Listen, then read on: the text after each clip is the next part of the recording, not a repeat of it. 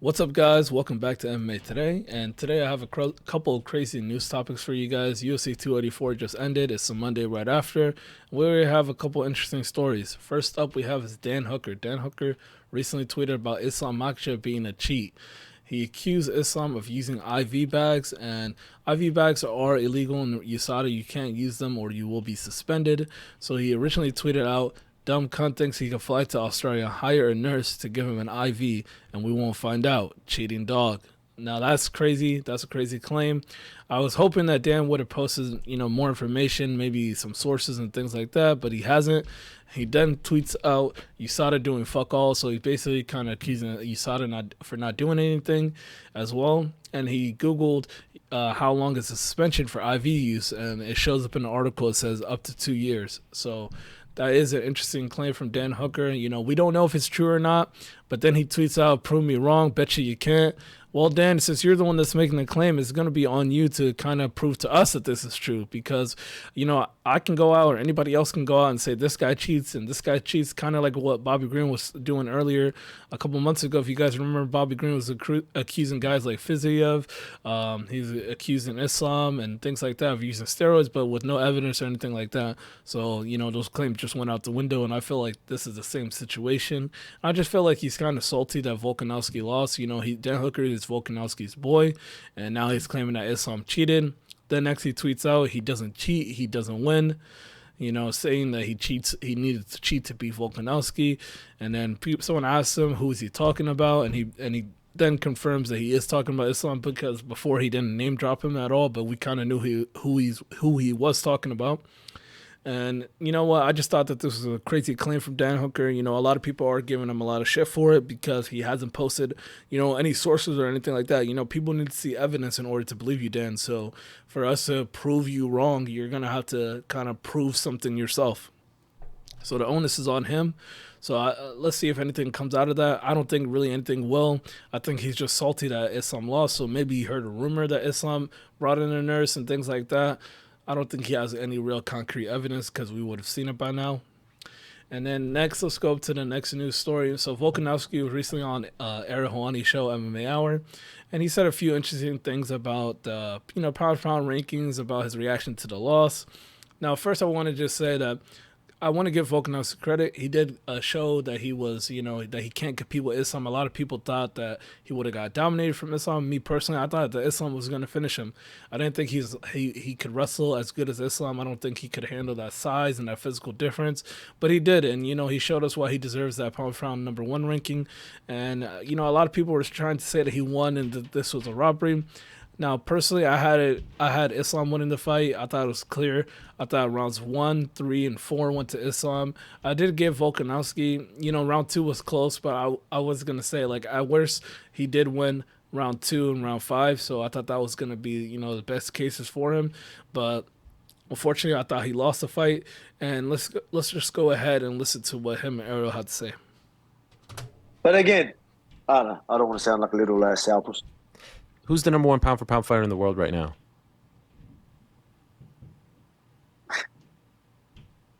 A lot of people thought I won that fight. I thought I won that fight, and I moved up. We talk about pound for pound. You know what I mean? Like, imagine if we were the same size. Imagine if we were the same weight class. Imagine if he was a featherweight. Yeah, I don't want to sound like, I don't want to be that guy. It's a crazy thing, though. It's a crazy thing because No, Ariel, he's going to do the classic Ariel thing where he's just going to kiss whoever's ass is on the show. If Volk's on the show, Israel's on the show, he's going to always, kind of kiss those guys' asses or, big up them and stuff like that because they do come on his show often. So Ariel does have his favorites and things like that.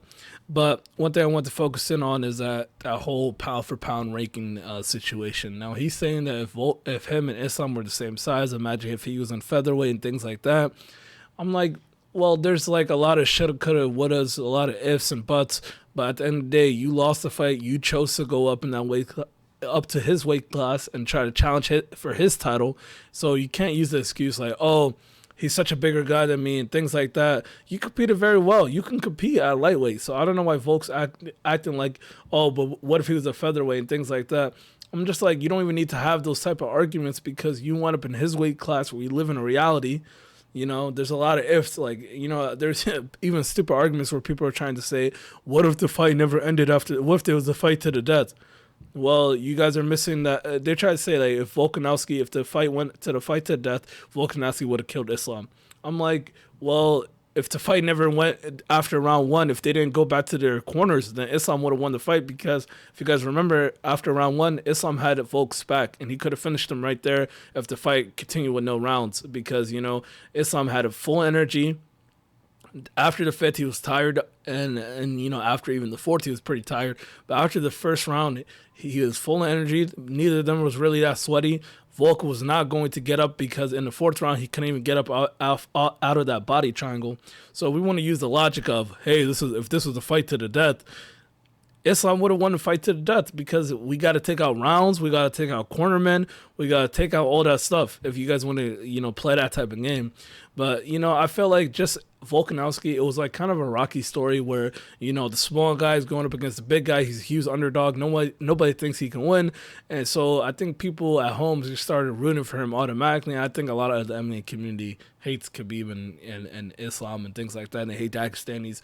So a lot of the MMA community kind of has a bias already towards Volk. So when he started doing well against Islam, it made it seem as if Volkanovski was actually winning, when in reality, even Ariel himself was tweeting that Islam was up on this round, that Volkanovski needs to kind of go for a finish. And I feel like the commentary team and like everybody else is saying like, oh, Islam needs to go for a finish. I mean, no, I'm sorry, Volkanovski needs to go for a finish and things like that.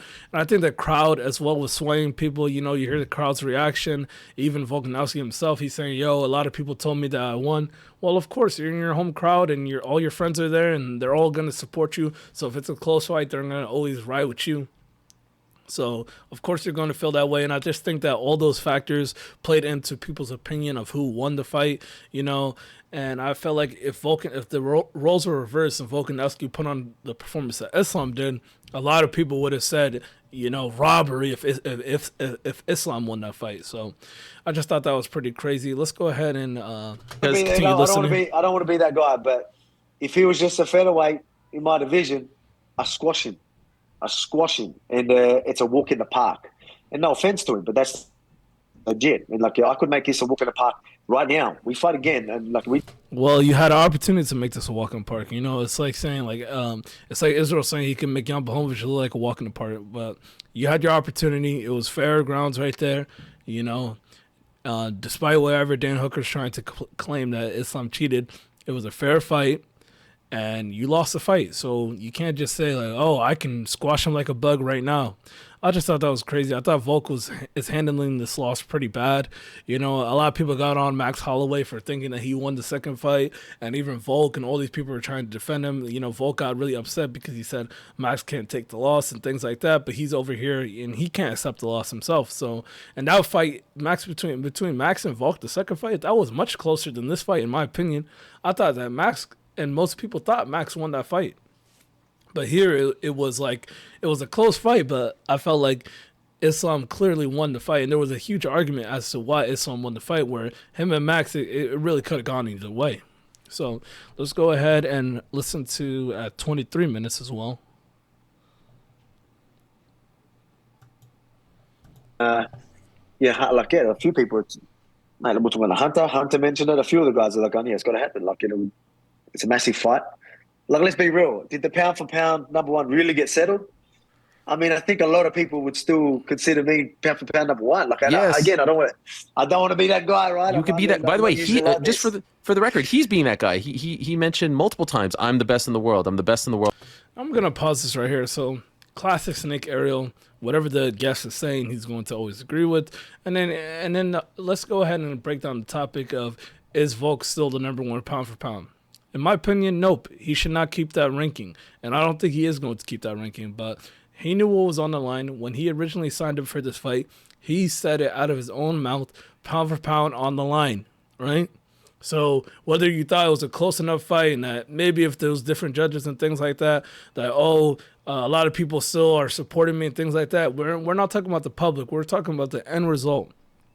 In the end, Islam won the fight, and it wasn't a robbery. Even he will say it himself. He doesn't think it was a robbery. He just thought it was a close enough fight to where maybe a different judge could have swayed it his way. So we know that it's not a robbery. It's just a really close fight, and that the pound for pound ranking should change because Islam Makhachev, ranked number 2, just beat number 1. So I just think that would be crazy to see him not go as number 1 because he just beat the guy.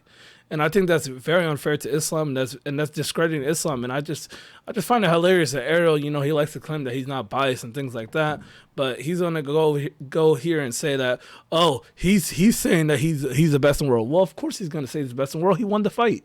The guy who won the fight should say that he's the best in the world because he just beat the number 1 pound for pound. He has a claim to that. Alexander Volkanovski does not have a claim for pound number 1 anymore because he lost even in that weight class. So he went up in weight, which is that's the whole thing about being pound for pound number 1 is despite weight class, you are the best fighter. And judging by that last fight, he did not prove that he was the number 1 pound for pound. Whether you know what I'm saying, he can go ahead and try to say all these arguments, these ifs and buts, but at the end of the day, Islam won that fight, so he should rightfully take that number 1 pound for pound spot. Let's go ahead and listen to what Ariel has to say more about this. World now, the best in the world. And so what's wild to me is I've always believed, you lose to this guy, you have to be ranked below. But in this case, I feel like your stock is higher than his because of that. Oh my goodness, I thought this was total bullshit. Now, Ariel did make a claim like this about Leon Edwards. When Leon Edwards beat Kamaru Usman, he said I don't think they ranked Leon above Usman because Usman was ranked number 1 and Leon wasn't in the pound for pound rankings. So they didn't put Leon above him, which I thought that was crazy as well. I thought that if you beat a guy, you should be ranked higher than him on pound for pound rankings because you beat him at that weight class. So there's no ifs and buts about it. You should be ranked higher than that guy. And Ariel's making that claim for Leon, but now he's going to change his tune because this is his buddy Volk, and he's going to say, well, I think your stock even goes higher than his. I'm just like, well, if you want to say stock in terms of fan respect, yeah, it definitely did go up. Volk's fan respect and love went up higher after this fight. But in terms of actual rankings, it shouldn't go up. He was pound for pound number 1, and he lost the fight. And if you beat somebody, you should be higher than them in the rankings, no question about it. And Ariel always had that stance, but now he's going to change it for his buddy right here, which I thought was completely embarrassing. Now, let me know what you guys think in the comments below. Do you guys think that Volkanovski should have the number 1 pound for pound ranking? Do you guys think that he won the fight? And also, let me know what you guys think about Dan Hooker as well, the IV bags and things like that.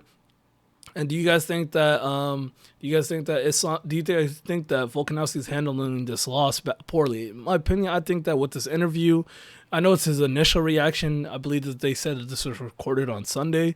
So, I mean, I get where he's coming from. You don't want to admit that you lost the fight and things like that, especially if it was razor thin close and things like that. But you lost the fight, so I don't understand. The way he's handling this. I think he's handling it pretty bad. I think he accused Max of handling his loss bad, and I think he's doing the same thing. So crazy to think when the shoe's on the other foot, how people react. Let me know what you guys think in the comments below. Like and subscribe if you guys are new, and I'll catch you guys in the next one. Peace.